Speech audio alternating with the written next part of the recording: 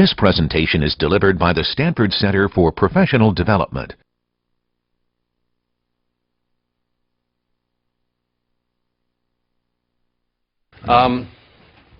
Last time, we had gotten right to the verge of discovering the Fourier transform as a limiting case of Fourier series, and I just wanted to pick up where we left off and finish that off and then launch into our more formal treatment of Fourier transforms and talk about how we're going to proceed.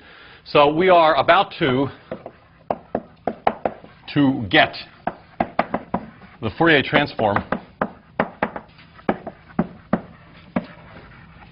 as a limiting case of, well, actually, there are two aspects to it. There's a limiting case of the Fourier coefficient and then the Fourier series. All right, there's the analysis part and the synthesis part of the Fourier coefficient. That's a capital F, Fourier coefficient, and the Fourier series. So when I talk about the Fourier transform, I'm sort of thinking of the two things together, but there's really two parts to it. And they both come out of more or less the same analysis.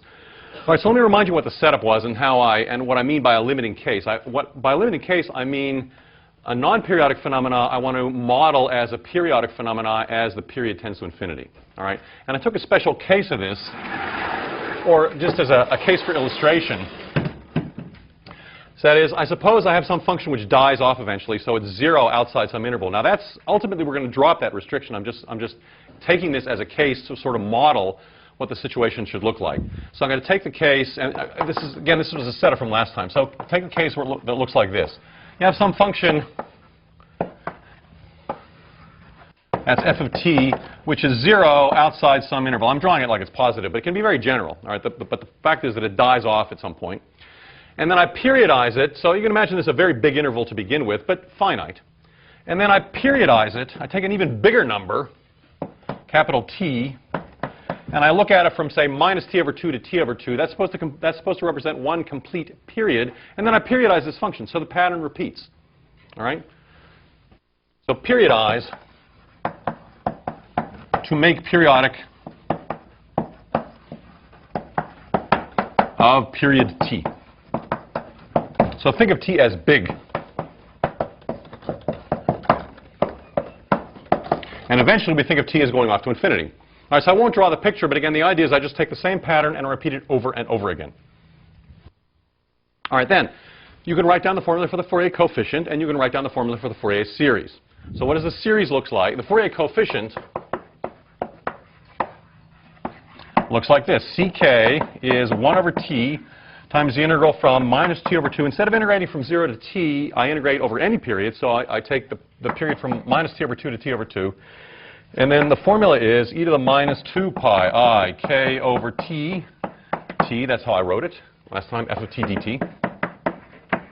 And the Fourier series, so that's the analysis part. That's decomposing f into its components. And the corresponding complex exponentials are these. And then the Fourier series is to recover the function from its components as a sum from minus infinity to infinity c sub k of e to the 2 pi I k over t times t. All right. And what you would like if you want to take the simple-minded approach of saying a Fourier transform and inverse Fourier transform and so on is a limiting case of Fourier series as you let the period tend to infinity. You just like to let t tend to infinity here, but that doesn't quite work. All right. So you would like to just let t tend to infinity, and lo and behold, the formulas emerge. But it doesn't work. It doesn't quite work. All right. So instead, it doesn't work because you don't get anything. That is to say, the Fourier coefficient tends to 0. It doesn't work because ck tends to 0 as t tends to infinity. All right. So what you do is a little kludge job here. It tends to 0 like 1 over t. That's what I talked about last time, and I won't repeat that argument. Because of that factor 1 over t in front, this integral is bounded if the function is fixed. And again, if the function is non-zero, only on the interval from a to b, so that's ultimately not getting very big. So it grows to 0 like 1 over t, so you scale up by t. All right? Scale up by t. And what I mean is, I want to consider, instead of 1 over t times the integral, I just want to consider the integral. And I want to view that as a, to anticipate what's going to happen, as a transformed version of the function, not evaluated at k, although the indexing here is on k. Really, it's k over t that's the important thing, all right? It's, again, I want to let t tend to infinity, so I want to emphasize that connection. So I want to look at, let me just use this notation, or let me say write.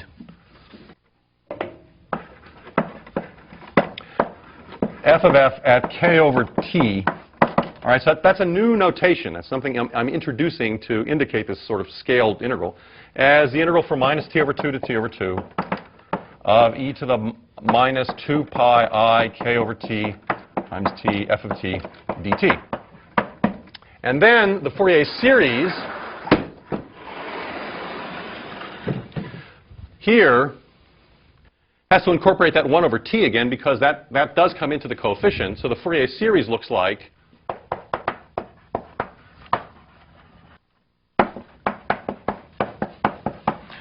f of t is the sum from, I'll write it like this, k goes minus infinity to infinity.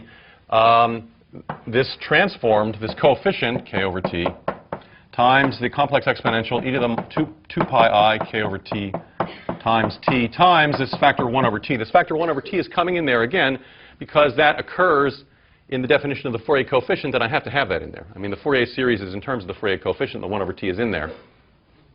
Okay? Now I want to let t tend to infinity. This is all heuristic, all right? This is not a proof. It's an argument for what the formula ought to look like as a limiting case of the Fourier series, of a periodic case.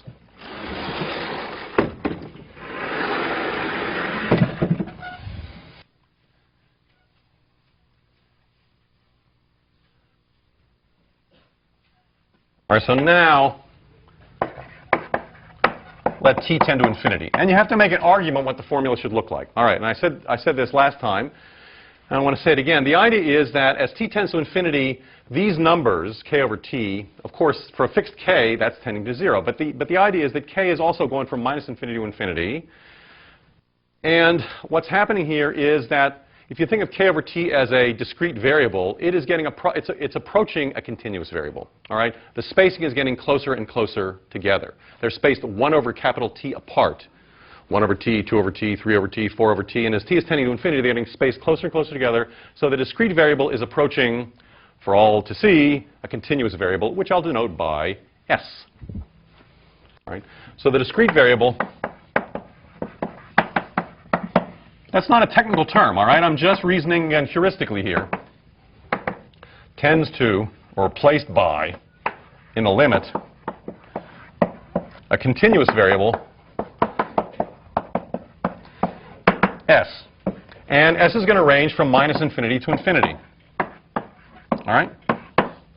Fine. That is to say, this formula in the limit as t tends to infinity is going to be replaced by another formula. So you're right.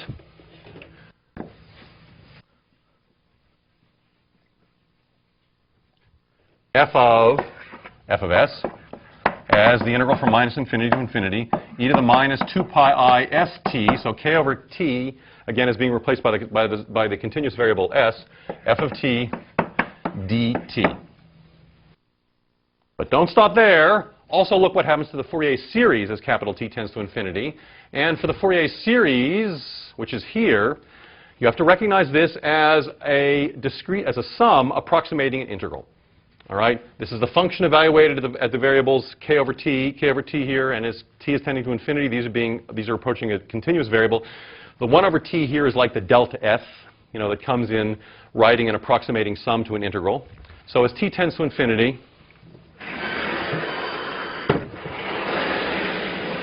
what happens to the Fourier series?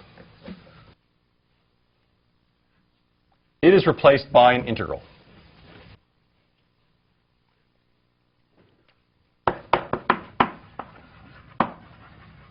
Replaced by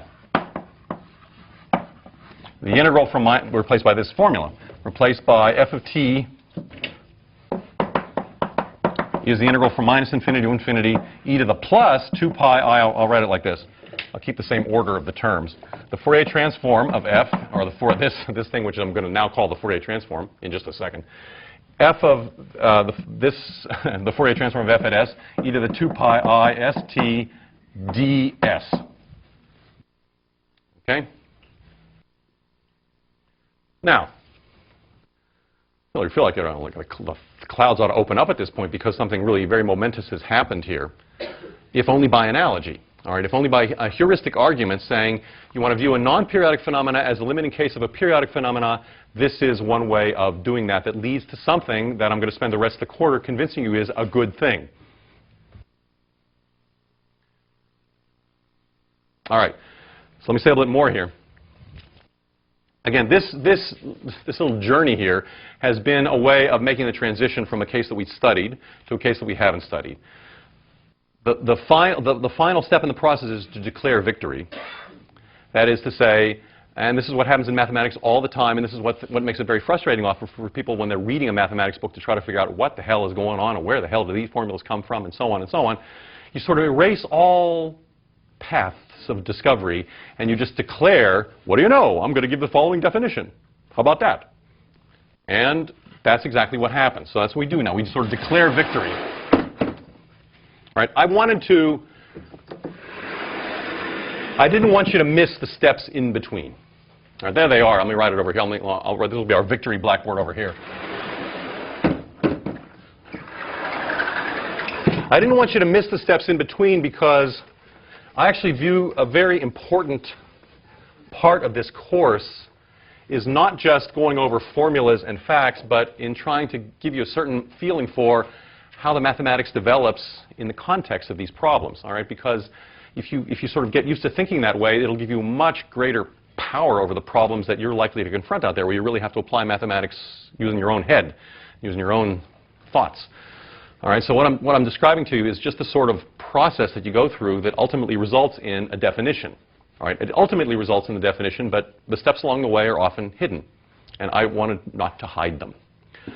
All right, so we define, at this point now, you declare victory. So if f of t is a function defined on the whole real line,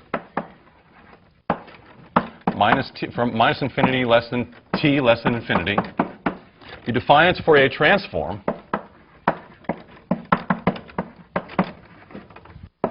by the formula that I just wrote down.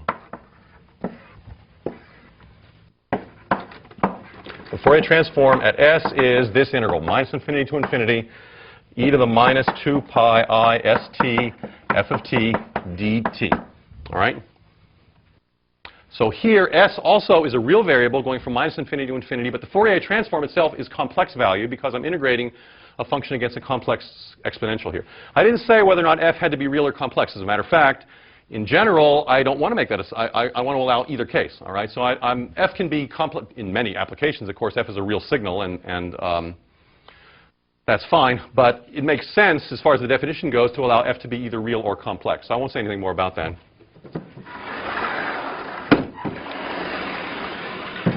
Now, there's a lot. Of course, there's a lot more to say about the definition. One thing that's should be stated right up front, and something I'll say more details about later, is, of course, the definition is only good if the integral makes sense. All right, you know, to write down this integral, saying this is the Fourier transform, but you know, if you're going to actually carry out this integration for a particular value of s, you know, you have to say something about whether when the integral converges. All right, so you need to say something. We'll need to understand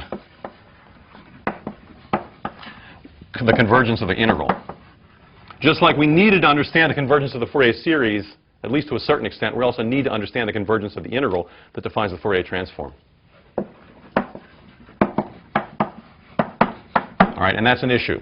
All right, but not only have we been led to the Fourier transform, we have also been led to Fourier inversion. This is analysis. All right, the Fourier transform analyzes the signal, the non-periodic signal, into its component parts. What are the component parts? The component parts are a continuous family of exponentials, not a discrete family of complex exponentials, but a continuous family of exponentials, the e to the 2 pi I s t. All right? The Fourier transform analyzes f of t into its constituent parts.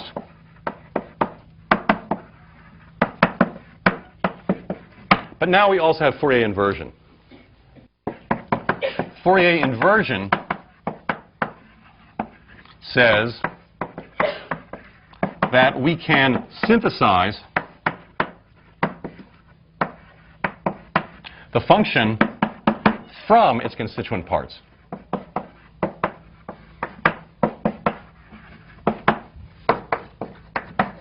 And that's the second formula there. That says that if you know the Fourier transform, then you can get back the function. That is, you have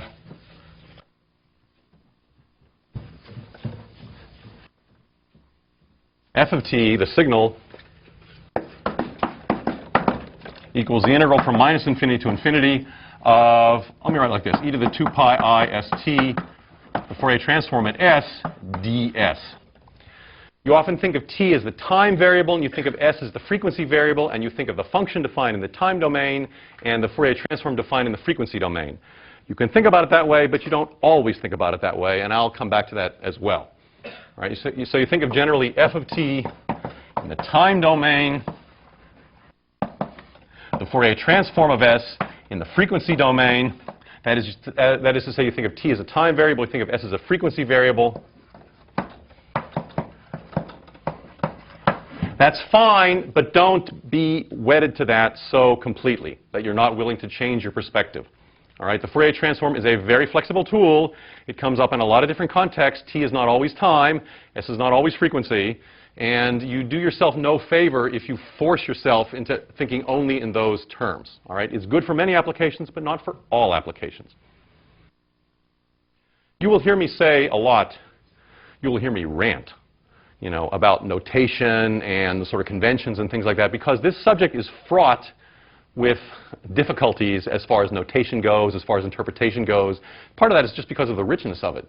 All right, it's a very rich subject, and any rich subject can be abused in various ways. All right, and this is, I would say, not only no exception to that, maybe a real exemplar of the abuse that can be heaped onto different symbols in their interpretation.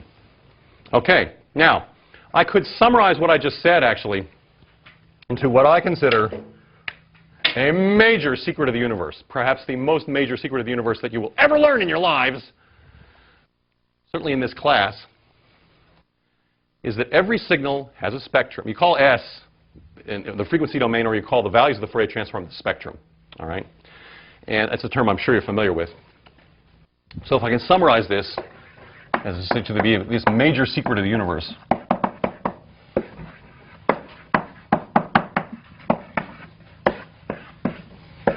right, soon to be appearing on YouTube all over the world, is that every signal has a spectrum, and the signal and the spectrum determines the signal.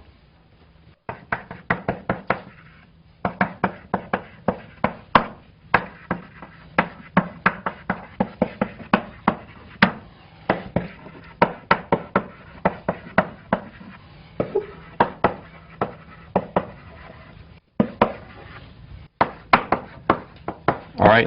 To say that every signal, now, like all secrets of the universe, this is painted with a little too broad a brush. All right.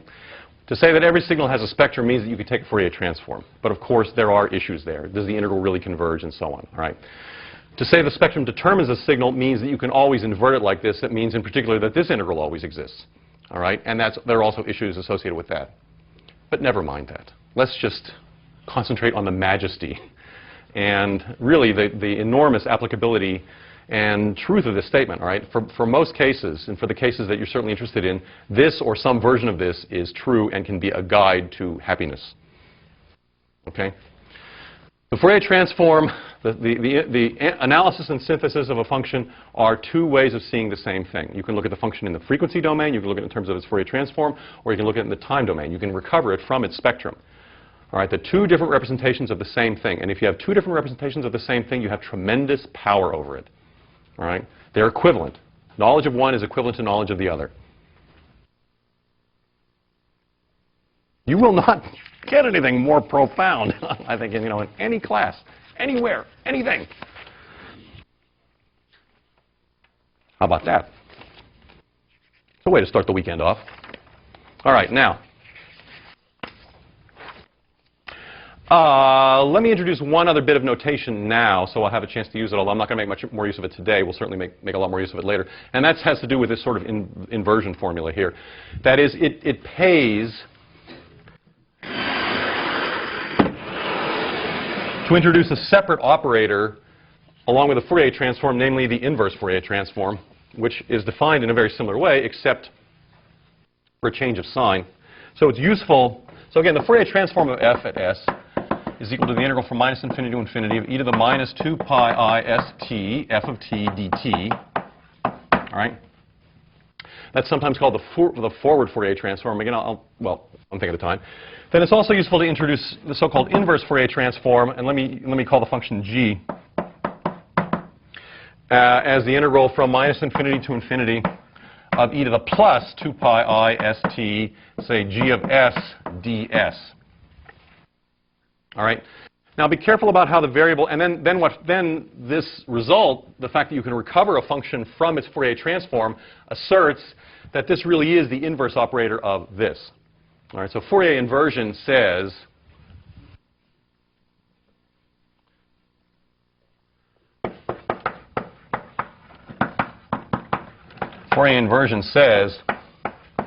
that the inverse Fourier transform of the Fourier transform of the function is the function. And it also says, for that matter, that if I take the Fourier transform of the inverse Fourier transform of a function, I get back the function. Okay? Now, again, I don't want to get too far on a rant now, but just to start, or just to give you a little warning of these, of the things to come, you have to be careful when you look at this, all right? The role of the variables here. Take a look at the definition of the Fourier transform. All right, you're integrating e to the 2 pi I s t that depends both on s and t against a function of t. You're integrating with respect to t. What remains is a function of s. All right, that's why I use the notation the Fourier transform of f at s. So it's an operation of taking the Fourier transform evaluated at the point s.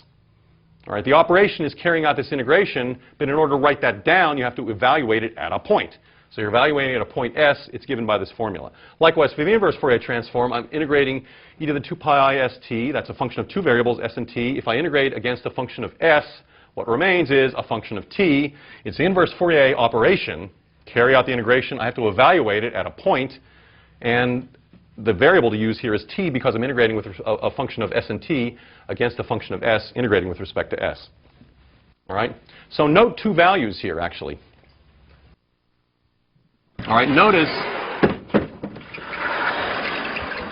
that the Fourier transform at 0,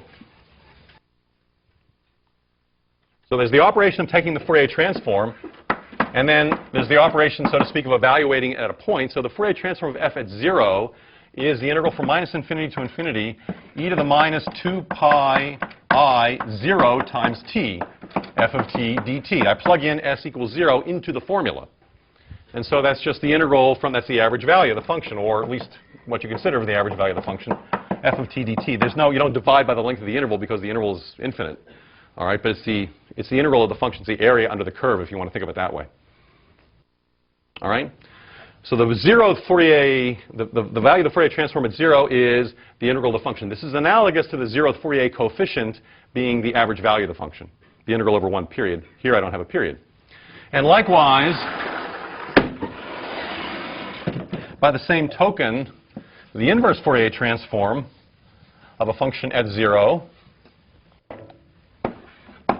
of g at 0, is the integral from minus infinity to infinity. I integrate the Fourier transform times e to the 0. I'm not writing that this time. I'm just giving you the final answer. So the integral from minus infinity to infinity of the Fourier transform, that gives you the value of the inverse Fourier transform at the origin. Okay? You have to always tell yourself and be clear what the role of the variables are in these expressions. Trust me, it becomes an issue. When the formulas get a little bit more complicated, as they will, how the variables are used, and keeping that straight is something that you have to be careful about. Something you have to be careful about. Okay, now, so we've gotten to the stars of the show, the Fourier transform, the inverse Fourier transform, and the idea of Fourier inversion. It is now my responsibility for the rest of the quarter to convince you that this was worth it. Right? That is, that these really are useful operations to consider, and that they can tell you much that is worthwhile, certainly in applications. But not just in applications, but certainly in applications. And I want to tell you how we're going to proceed. Actually, we're going to proceed to develop the ideas here in a way very much like, in a path, very much like the one you followed when you were first learning calculus. All right? If you cast your mind back to those happy days, when the world was new, calculus was just an attraction on the horizon.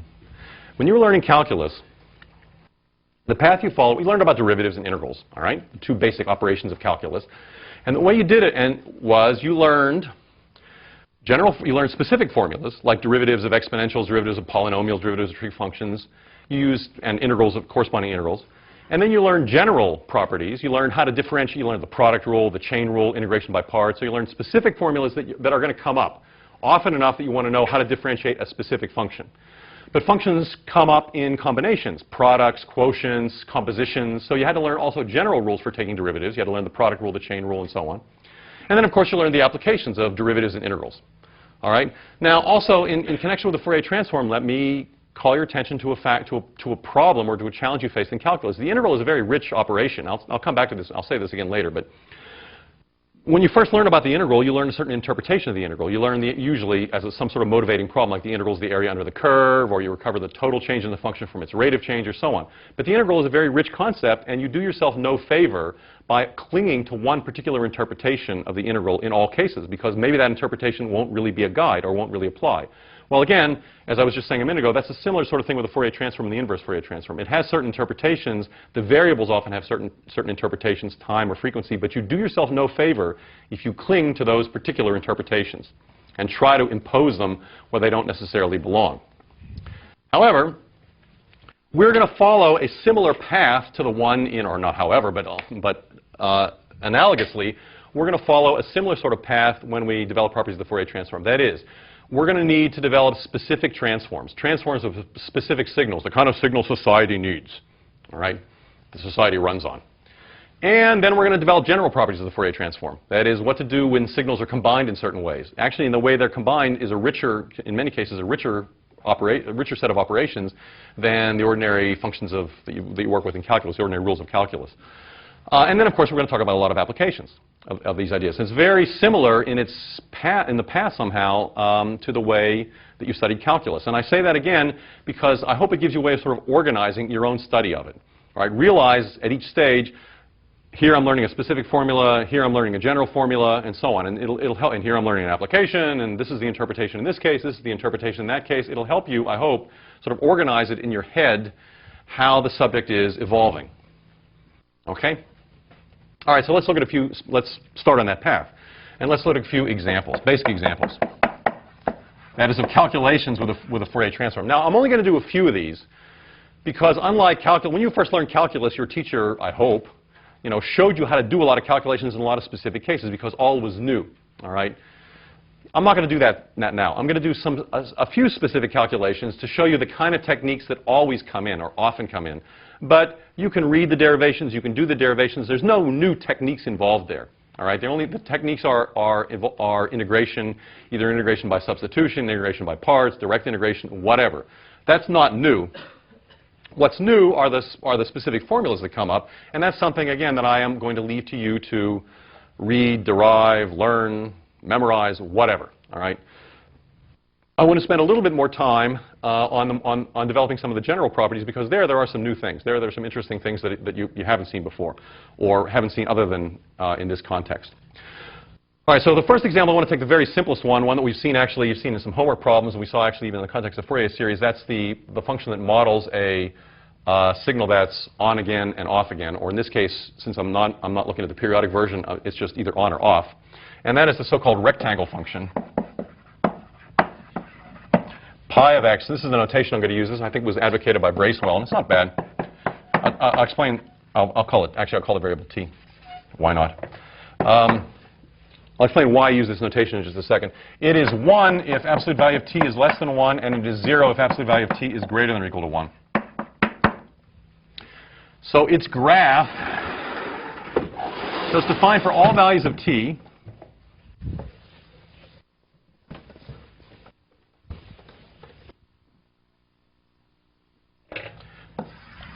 And here's 0, here's minus 1, and here's 1. So it's actually, yeah. I want to be a little careful here. No, see, I already got it wrong because there's not universal convention here. I'm sorry. I want it to be of width 1, not width 2. So I'm going to take 1/2, 1/2. See, I already messed it up. Damn. Okay. It has total width 1, so it goes from -1/2 to +1/2. It takes a jump, -1/2 to +1/2. It takes a jump, and it is discontinuous at the endpoints. All right, so it's 0 in between the endpoints, and from 1/2 and -1/2 on, it's 1 between the endpoints, and it's 0 outside the endpoints. Now, this is not, and it's called pi because pi looks like a rectangle. And isn't it stupid, right? And I feel like, I feel really, sort of juvenile saying that. Or it's also sometimes called the top hat function because it's supposed to look like a top hat. As it goes up, up, up, up, down. So it looks like a rectangle. So it's also called, more grandly, it's sometimes called the characteristic function of the interval from -1/2 to 1/2. It is sometimes called the indicator function of the interval from -1/2 to 1/2. All these terminologies are in day-to-day use, all right, depending on the field. I would actually tend to call it, in mathematics you tend to call it the characteristic function, so I would have tended to call it the characteristic function, but I won't do that anymore. I'm going to call it the rectangle function. And there's also a certain amount of debate about how to define it at the endpoints. All right, I define it a certain way at the endpoints. Other people would define it differently. Other people would have it to be 1 at the endpoints. Some people would have it to have value 1/2 at the endpoints because of this idea somehow at a discontinuity you ought to look at the average value. This becomes a religious issue with some people. How this function should be defined at the endpoints. I do not want to get dragged into it. It will never make any difference for anything we ever do. All right, so this is my definition. You don't like it, go to hell. All right, so what is the Fourier transform? The only recourse we have to calculating Fourier transform is the definition. All right, there's nothing else to work with. So you have to carry out the integration. One has to carry out the integration, I should say. So what does one do? One writes the definition down. The integral from -∞ to infinity, e to the -2 pi I st pi of s d pi of t dt. Careful about which variables we're using here. I'm sorry, I've already got myself a little crowded.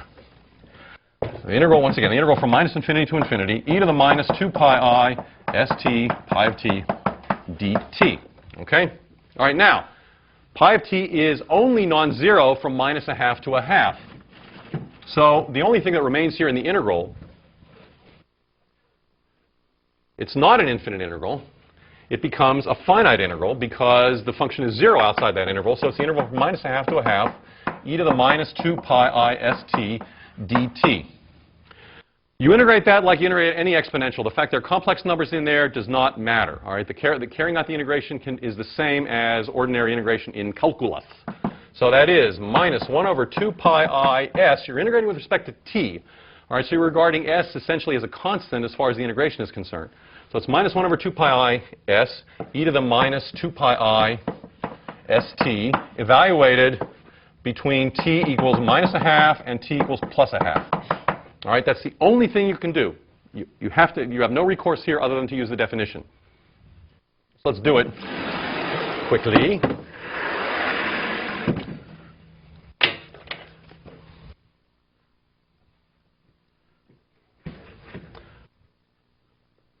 So that is, what do I get? I get at the top end point, I get -1/2 pi I s e to the -2 pi I s times 1/2 minus -1/2 pi I s. The only thing you can get wrong here is, like minus signs and things like that. All those problems that you used to have, you have trouble keeping straight in calculus. Well, I'm sorry they haven't gone away.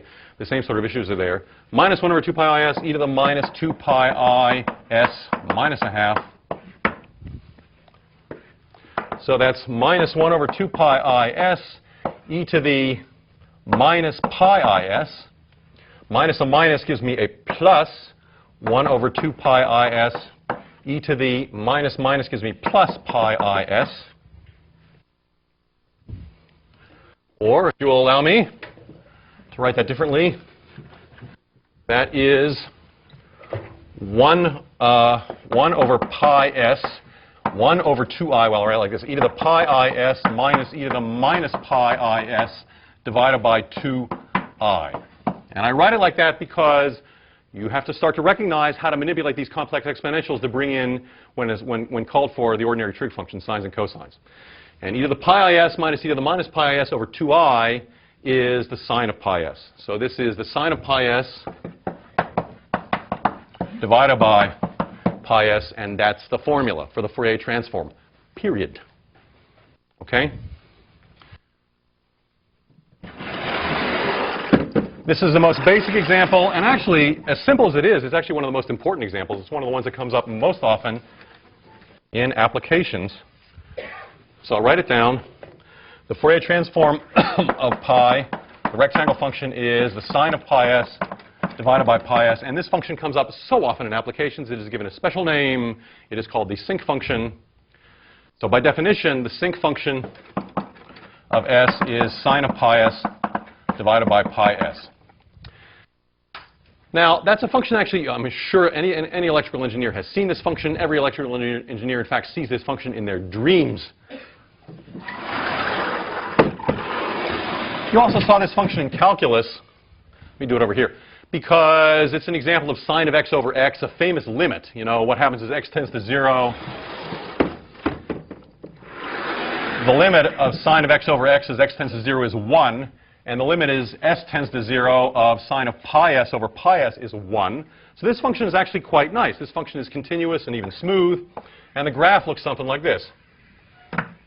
It dies off. It dies off like 1 over s. It's symmetric. It's an even function. That's a damn good sinc function, if I do say so myself. So here's 0, 1, 2, 3. It has zeros at the integers. Minus 1. Well, not so good, I guess, actually. It's supposed to be even. Minus 1, minus 2, and so on. Okay? Now, you can look in the book. I have a picture of the sinc function. I have many pictures of the sinc function. But don't deny yourself the pleasure of going down to Sunnyvale, driving down to Sunnyvale, going to the Fry's in Sunnyvale. Fry's, I'm sure for those of you who are new to the area may not know, is this huge electronics store. And the Fry's in Sunnyvale has an enormous neon sinc function. All right, in living color. It's incredible. You go into that store and you see sinc functions everywhere, right? They're on all the railings. They're on the turnstiles. I mean, it's a nightmare. All right, so, and there is a picture. I saw that. I couldn't believe it. There is a picture of it in the book. All right, every electrical engineer I say knows this function. Mathematicians think sine of x over x. What is the big deal, you know? But in fact, you know, a large part of the world's economy depends on this stupid function. So go down to Fry's. See it live. I'd like to imagine the whole class standing there looking at it, you know, one Saturday afternoon, and having the people from the store go out and saying, "Can I help you? Customer service, you know, what can I do? Are you here to return something?" All right. Who has been to that Fry's, by the way? Okay, I'm not making this up, right? Yeah, all right. But for the rest of you, oh, what a treat you have in store. All right. Now let me look at a couple other examples. All right. Because all I want to do is I want to show you that, again, you have no recourse other than to the definition. So if you're asked to compute a specific Fourier transform, sometimes there are tricks, but more often than not, it's just a question of carrying out the integration. So all those, you know, hard-won skills of integration by parts, integration by substitution, and things like that, those are going to come into play when you actually have to calculate specific Fourier transforms. But again, it's like, you know, tables of integrals. People have done this, and so the collective hard-won experience is already out there. But you have to know a certain amount of it, and a certain amount of this I think you have to do for yourself, just so you have the confidence in doing the calculations, just so you see how it goes. So related, actually, to the rectangle function is the triangle function. Remember, of the first homework set that everybody loves so much. The basic triangle function is 1 minus absolute value of t if t is less than or equal to 1 and 0 if t, absolute value of t is greater than or equal to 1. And it looks like this.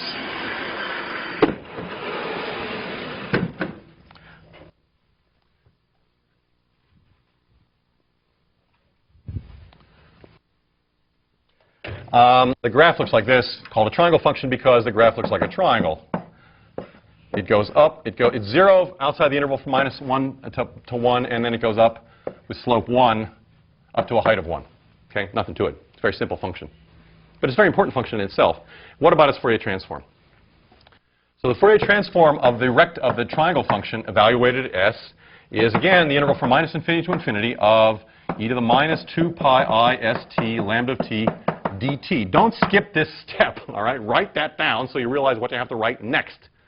And what you have to write next depends on how the function is defined.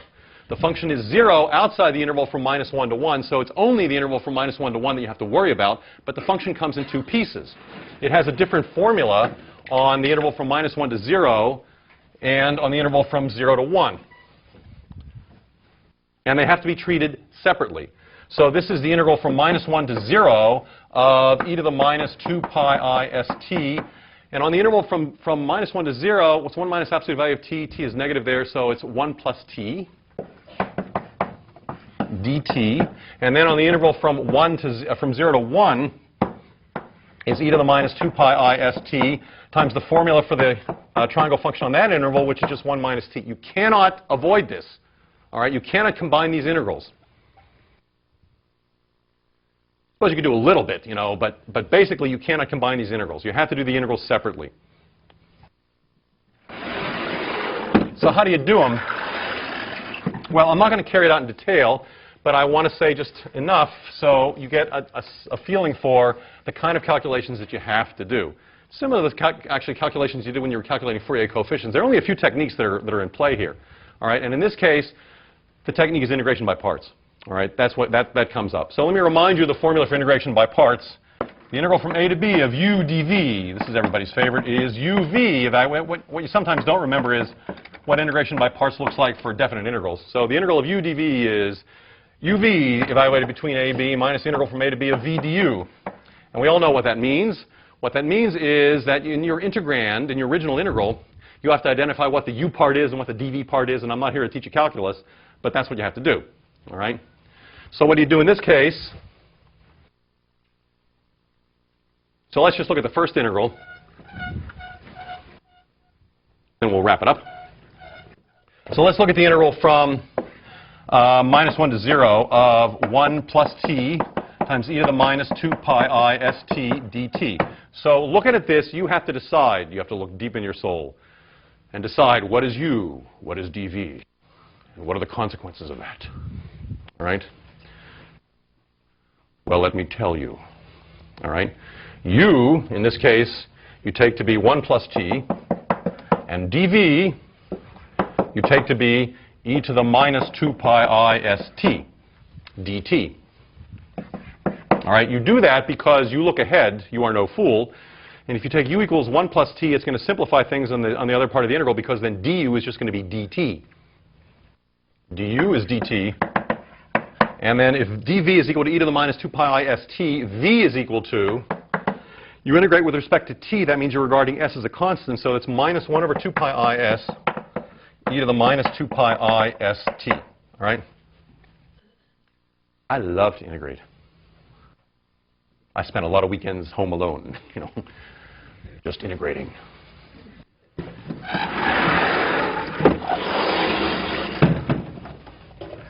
It's a great icebreaker at parties. You like integration by parts? I do. So if you do this, then it becomes, then the integral from -1 to 0 of 1 plus t e to the minus 2 pi I st dt becomes uv, that's 1 plus t, times minus 1 over 2 pi I s e to the minus 2 pi I st, evaluated between -1 and 0, all right, minus the integral from -1 to 0 of v du, which is, here's v, is minus 1 over 2 pi I s e to the minus 2 pi I st, and du is just dt. right, so that integral has become simpler because now it's just the integral of a complex exponential. All right, you're integrating with respect to t. This s is a constant out here. Okay? That s is a constant out there. I have this right, don't I? Yeah. Okay. Now, I'm not going to take it from here. I mean, I love to integrate, but not in public. So I will not carry this out any further. But let me tell you what happened. But you can, all right? And you probably should. I think it's carried out a little bit more in the notes. And you have to do the same thing for the other integral. All right? The two integrals, you cannot avoid this. All right? Tough break, but it's just the way it is. So you can carry out this integration, and what do you get? So you get, it's quite a nice formula, actually. You get, at the end of the day, that the Fourier transform of the rectangle function is sine squared of pi s divided by pi squared s squared. That is to say, it is sinc squared of s. Isn't that cool?